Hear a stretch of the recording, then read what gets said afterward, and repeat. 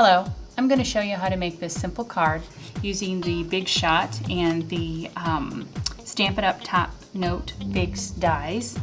For the background, I'm going to use chocolate chip, 5.5 by 8.5, crushed curry, 4 1/4 by 2.5, and I'm just going to glue that right down in the middle.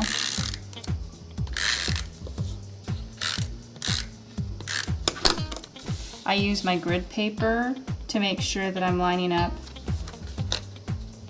my cross sections from one side to the other, and just put it about in the middle, something like that. That's fine. Doesn't have to be exact. Then I'm going to use a sheet of Whisper White. I just quarter sheet cut it. I'm going to make my sandwich again with the Big Shot.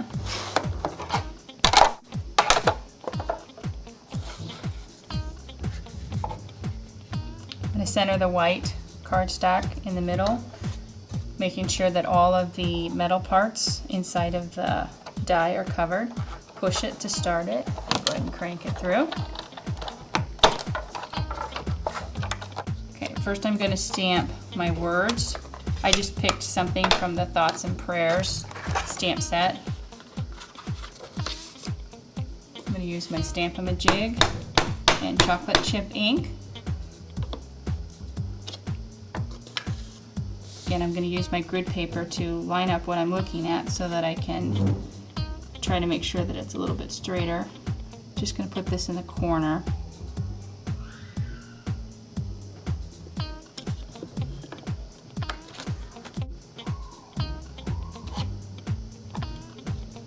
Okay.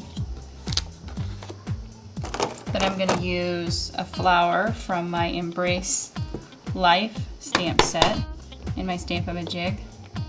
When I'm doing something like a flower, I usually try to keep the Stampin' Up! Logo facing me so that if I do put the flower in a slightly different position, I remember which way to put it on the jig. I always know to put the Stampin' Up! Facing me.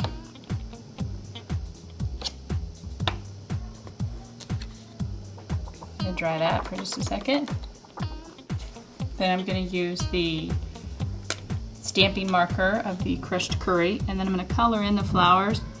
But be careful not to go all the way to the edge. Just stop short of where it touches the brown. It doesn't have to be filled in all the way.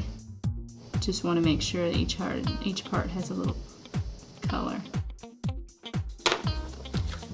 Then I'm going to use some stamping dimensionals. I like to put one in each corner and then a couple in the middle. Sometimes if you have trouble getting the paper off the back of the Stampin' Dimensionals, it helps just to press it down again, and then it sticks better to the paper so you can peel the backing off quickly. Again, using my grid paper to line everything up. I'm going to put it so that it lays pretty much in the middle.